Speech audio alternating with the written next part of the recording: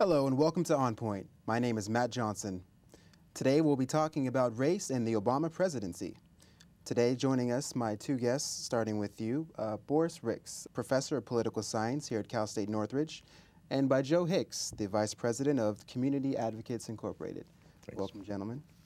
Well, First with you, Professor Hicks. A lot of people, including former U.S. President Jimmy Carter, has said that the opposition toward President Obama has been racist. It's contained a lot of racial elements in it. Do you agree with that statement? well, first of all, I think it's difficult to empirically measure whether or not the rhetoric has racial overtones. I think that you would probably have rejection and or opposition from the Republican Party if the candidate was blue. It's an ideological objection. And the ideological objection was highlighted because of the fact that the president so happened to have been African American, and the objector happened to be from the great southern state of South Carolina. Mr. Hicks, any? Yeah, I agree with Professor Hicks on that. I mean, and clearly the Obama administration quickly distanced themselves from that comment. There's a lot of political maneuvering going on.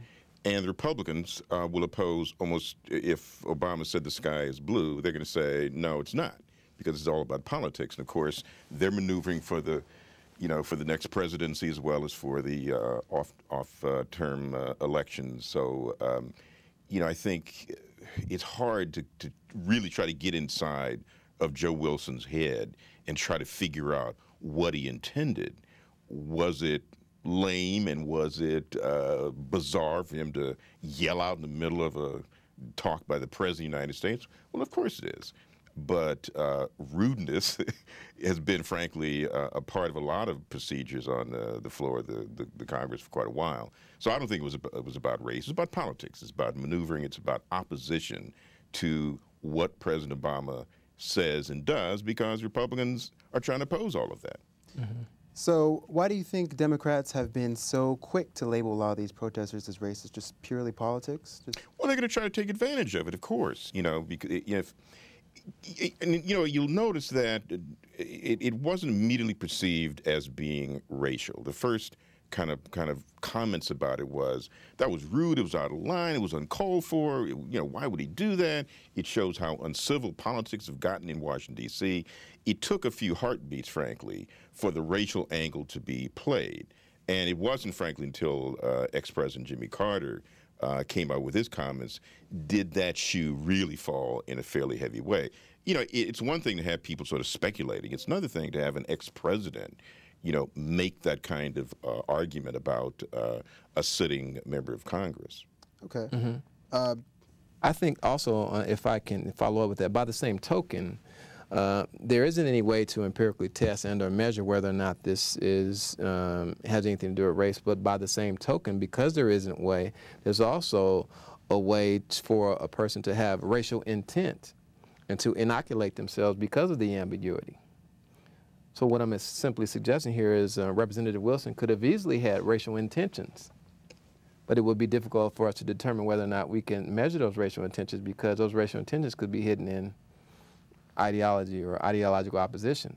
By the same token, ideological opposition could be hidden in racial overtones. If in fact you have an African-American representative or elected official and opposition, and the inverse as well.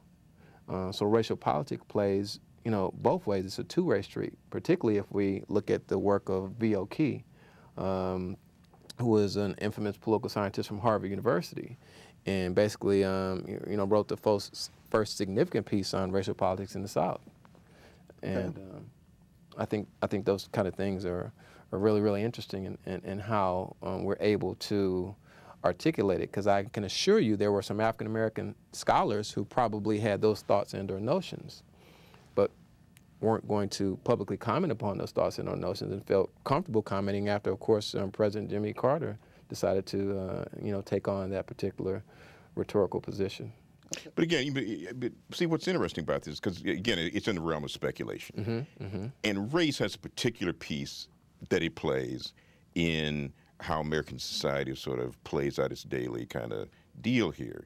And when you layer race in because of all the poisonous history that's involved with that, it conjures up all sorts of things, you know.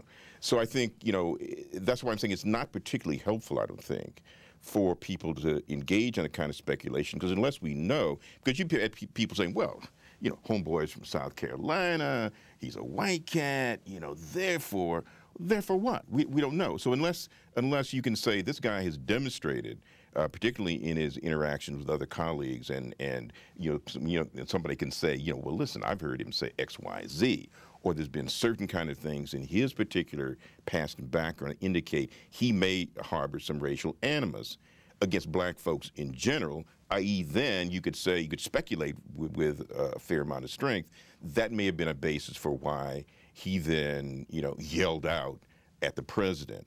But beyond that, I mean, it's unhelpful, I think, in a larger discussion of American politics to engage in that, because it doesn't take us anywhere, because it takes us right back to, you know, something, well, I think it did, some people saying, I think it wasn't, and it's not, frankly, helpful to really engage in that.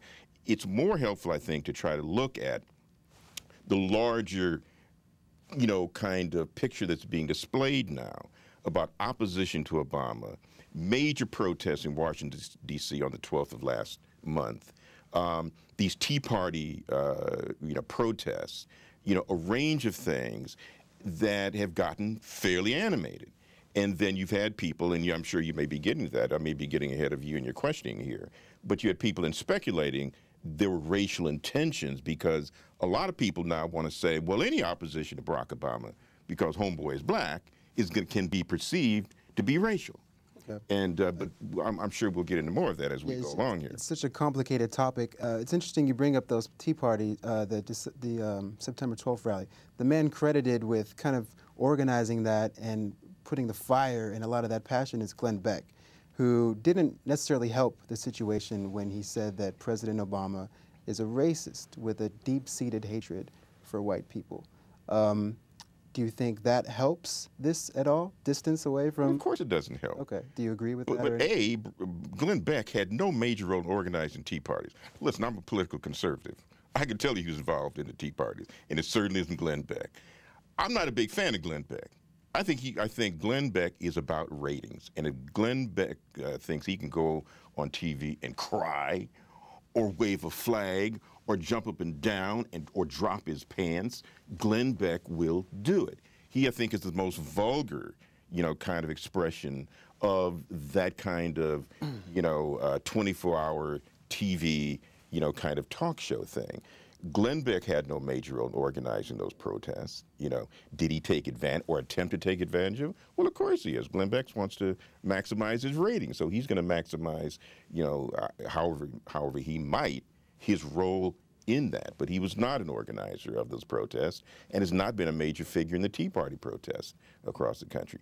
He's been involved in, you know, in a major way, in I think a very constructive way, even though it was often poisonous the way he articulated, in talking about Van Jones and talking about other kind of figures within the administration that may have politics that might be problematic. And frankly, if I had been the Obama administration, I'd have checked Van Jones out early on, because I know Van, you know, I know his politics. And had I been the Obama administration, I'd say, ding, ding, hold on here. There's some things here you guys may not want to have come to public light. So maybe you should have 2 or 3 thoughts here about putting him inside the White House. Okay. And then while we're on the issue of public light, I think it's probably appropriate to acknowledge Representative Wilson's voting record on certain issues, particularly his stance on the rebel flag flying over South Carolina, and when he worked for Strom Thurmond, his opposition to Miss Hemings and the families, and acknowledgement in that regard. So typically, what we learn from Psychology 101, the best indicator of future history is past history.